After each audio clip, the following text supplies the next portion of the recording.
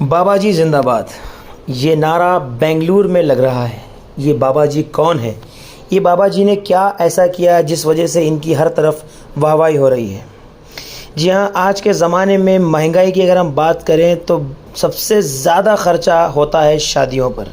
लोग तरह तरह के पकवान पकाते हैं शादियों में, लोग तरह तरह के ख़र्चे करते हैं, यानी कि कबाब, शीख कबाब, अचारी चिकन, काफ़ी सारे चीज़ों पर लोग ख़र्चा करते हैं। आजकल के ज़माने में एक ऐसा प्यारा सा मैसेज दिया है बाबा जी ज़िंदाबाद ने। उन्होंने एक ऐसी मिसाल कायम की है जिसने काफ़ी सारे लोगों को सुन करके रख दिया है। जी हाँ, ये वो मिसाल है, यानी कि जिस तरह से शरीयत में हुआ करता था पहले के ज़माने में, यानी कि चाय पर शादी। आजकल के ज़माने में लोगों को ये सुनने में अचंभा लग रहा होगा कि चाय पर और समोसे पर शादी किस तरह से होती है। तो इसकी मिसाल दी है बाबा जी ज़िंदाबाद बेंगलुरु ने। ना ये शादी में बिरयानी थी, ना यह शादी में कबाब था, ना यह शादी में मल्टीपल किस्म के चखने थे। जी हाँ, शादी उन्होंने सिंपल की है एक फैमिली की, जिसमें उन्होंने सिर्फ़ और सिर्फ इस शादी को मुकम्मल किया है। निकाह के बाद तक़सीमात जो होते हैं, उस तक़सीमात में आते हैं खजूर और मिश्री, उसके बाद आते हैं चाय और समोसे पर उन्होंने शादी की है। आइए देखते हैं इस बीच लोग कितने खुश हैं और काफ़ी सारे लोग इस पे कुछ कह रहे हैं। आइए देखते हैं, इस पर नज़र डालते हैं। और साथ ही साथ हम आप लोगों को ये मैसेज देना चाहते हैं कि आजकल के ज़माने में ख़र्चे को लेकर ज़रा सा आप लोग सोचें, फजूल खर्ची से बचें, क्योंकि शादी करना सुन्नत है, सुन्नत पे अमल करना हमारा फ़र्ज़ है। पर सादे तौर पर निकाह हो सकता है? हो सकता नहीं, हो गया है। हो गया। तो दीगर के लिए क्या पैगाम है? यही है कि मुस्लिम कौम को फजूल खर्ची से बचकर कौम को आगे बढ़ाने के लिए जो जहाँ दूसरी चीज़ों की ज़रूरियात है उनको पूरा किया जाए।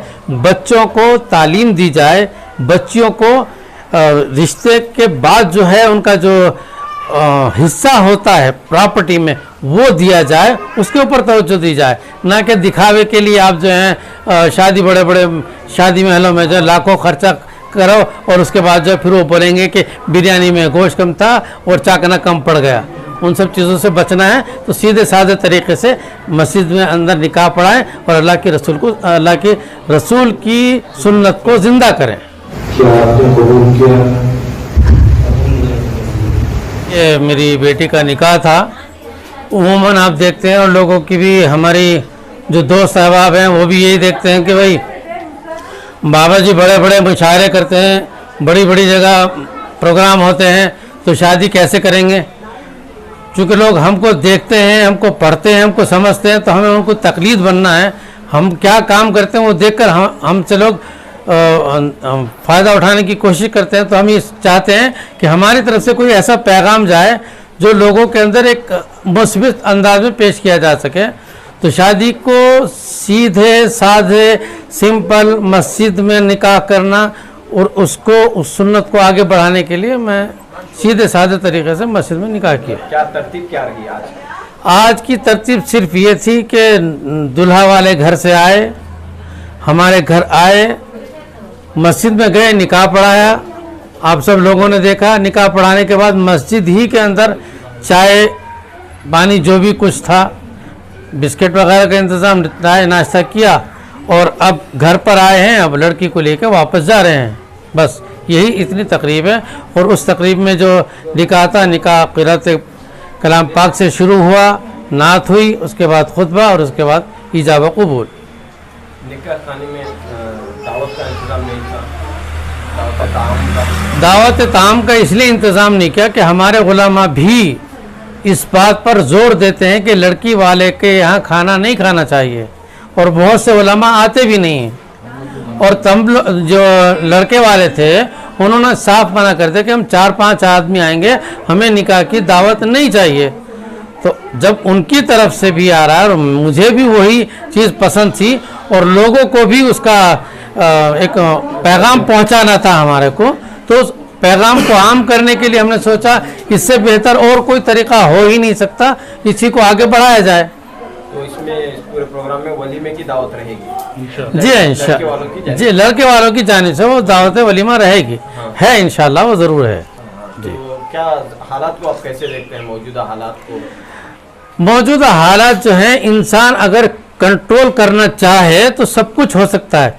इंसान पहले अपने नफ्स को मारे, अपनी अना को मारे, अपने गुरूर को मारे, अपने तकब्बुर को मारे, अपने घमंड को मारे, अपनी अना को मारेगा तो इंशाल्लाह सारी चीज़ें मुमकिन हो सकती हैं अगर इंसान करना चाहे तो।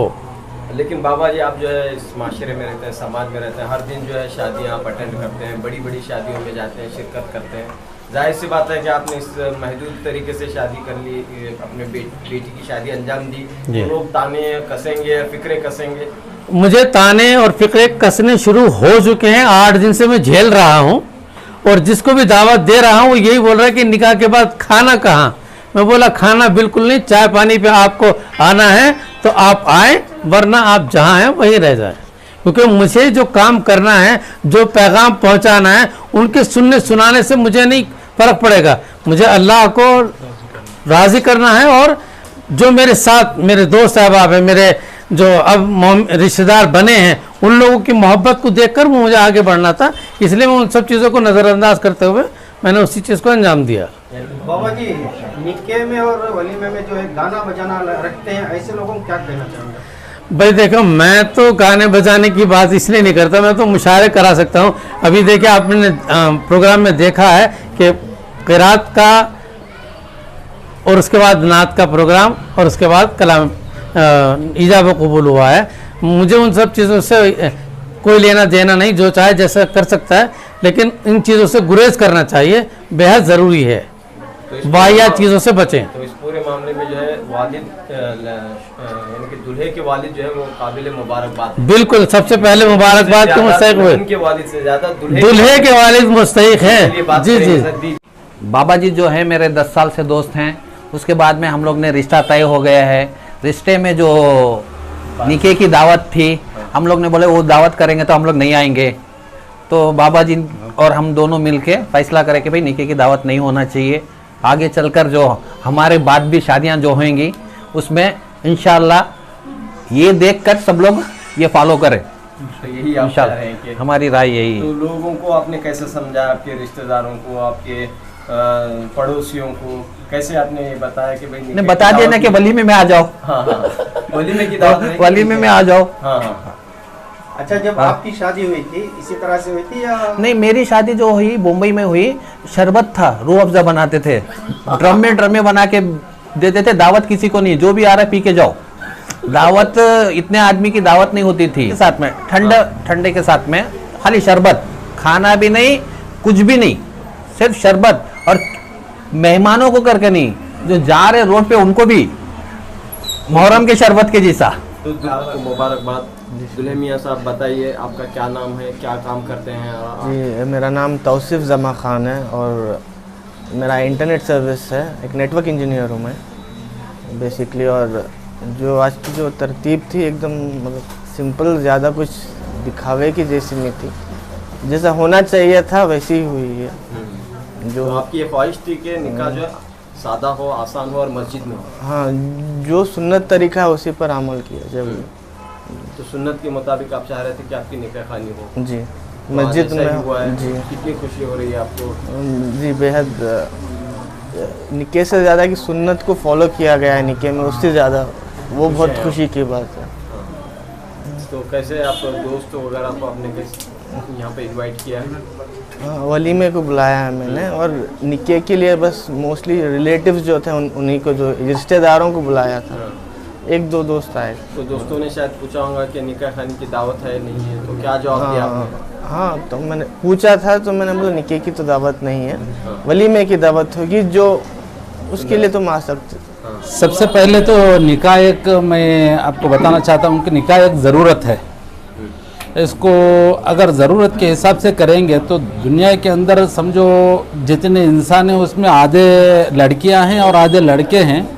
तो अगर हम निकाह को आसान बनाएंगे तो फिर लड़कियों का निकाह होना बहुत आसान हो जाए। आप भाई को बच्ची पैदा होना अपने आप को लिए तकलीफ दे समझ रहे हैं। ये क्यों बोले तो ये मालदार लोग बड़े बड़े दावतें करके, बड़े बड़े रस्म व रिवाज करके भाई को लड़कियों के लिए एक मुश्किल दह बना दिया है निकाह को। हालांकि अल्लाह के रसूल सल्लल्लाहु अलैहि वसल्लम निकाह को आसान बनाए थे।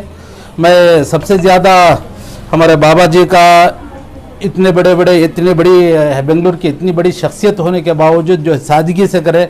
और उससे बढ़कर जो है मेरे दोस्त जो है वो जिगरी दोस्त कहाँ हैं, जमा भाई, वो मेरे दोस्त हैं। सबसे बड़ी आज जो है सबसे ज़्यादा, चूंकि मैं भी शादी माल वाला हूँ, तो जैसे ही शादी माल में शादी बुक करने आते हैं, वो लड़की वालों को लड़के वाले इतनी तकलीफ देते हैं, एक एक डेट 5-5, 10-10 बार चेंज करवाने लगाते हैं। तो ये डेट नहीं, वो जो बोलते हैं वो मानने के बावजूद भी उसको भी तकलीफ देते हैं। लेकिन मेरे दोस्त को मैं बड़ी मुबारकबाद देता हूँ कि बड़े सादगी के साथ इतने, अल्लाह माशाल्लाह उनको साहिब हैसियत बनाया, एक अच्छी शख्सियत और अच्छे यानी रिच आदमी को बनाया, एक अच्छे मुकाम पे बनाने के बावजूद भी जो है अपने लड़के का निकाह आसानी के साथ और बड़ी सादगी के साथ किए हैं। ये एक सारी, बल्कि सिर्फ कर्नाटक के लिए नहीं, बेंगलुरु के लिए नहीं, हिंदुस्तान के लिए, सारे आलम के लिए जो है एक पैगाम इन्होंने हमारे शाहजमा अब्दुल वाजिद खान साहब जो दिए हैं कि भाई निकाह इस तरीके का होना चाहिए करके ये पैगाम दिए हैं। इसके लिए मैं हमारे तौसीफ इनको शाहजमा साहब को जो है मैं मुबारकबाद देता हूँ। अल्लाह ताला इनके ख्यालात को जो है सारी दुनिया के अंदर फैलाए और लड़कियों का जो निकाह है वो आसानी के साथ हो, जैसा एक लोग जो है इसको कबूल करें।